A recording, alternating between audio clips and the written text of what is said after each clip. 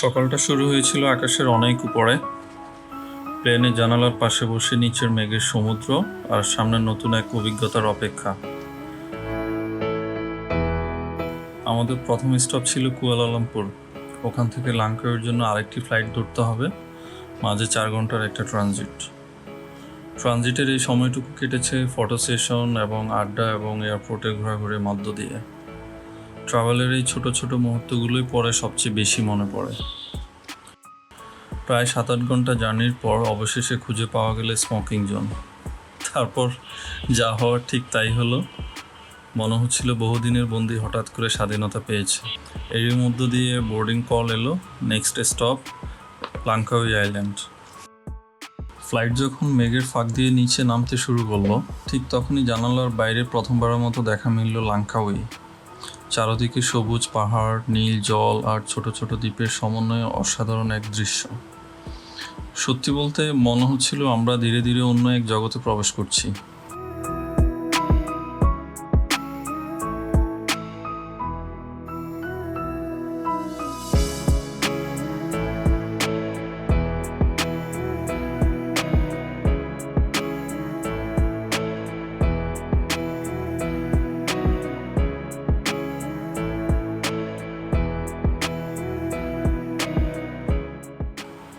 And finally, we landed in Langkawi.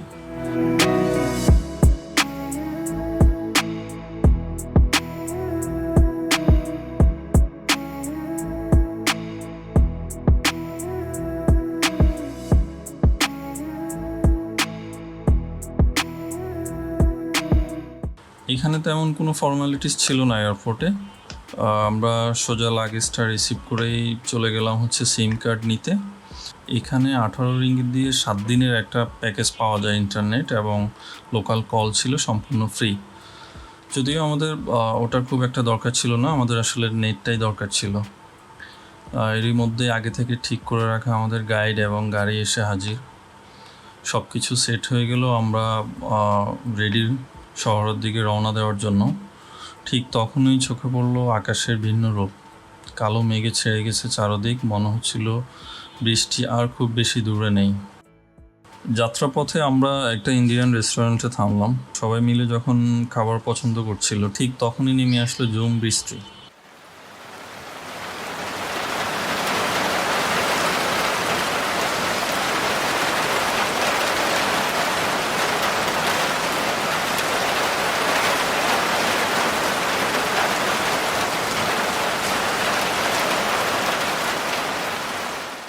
খাবারের জন্য অপেক্ষা করতে করতে চোখে পড়লো একটি মজার দৃশ্য। দেওয়ালে টাঙানো একটা ছবি, সাউথ এশিয়ান মোনালিসা যদি সাউথ এশিয়ান রিজিয়নে কোথাও জন্মগ্রহণ করতো, ঠিক দেখতে যেমনটা হতো। কিছুক্ষণ পর আমাদের খাবার চলে এলো।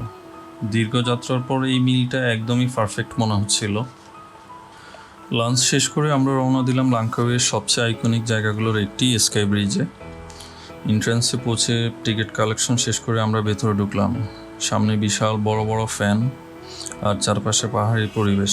পুরো জায়গাটার ভাইবই আলাদা। কেবল কারে ভ্রমণ, ধীরে ধীরে উপরে উঠতে উঠতে নিচের সবুজ পাহাড় ও দূরের সমুদ্র দেখা যাচ্ছিল। Honestly it felt unreal. কেবল কার থেকে নেমে আমরা গেলাম একটা 3D এক্সপিরিয়েন্স জোনে।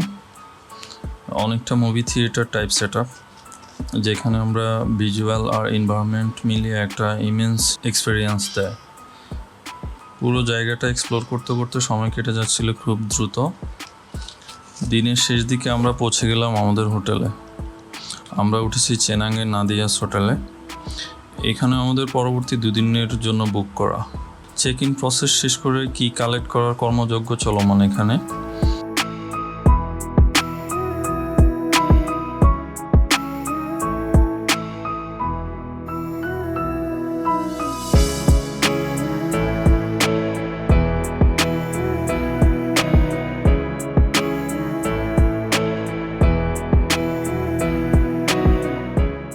রুম ভিউটা ছিল একদম কমফোর্টেবল, সারাদিনের ক্লান্তির পর ঠিক যেমনটা দরকার।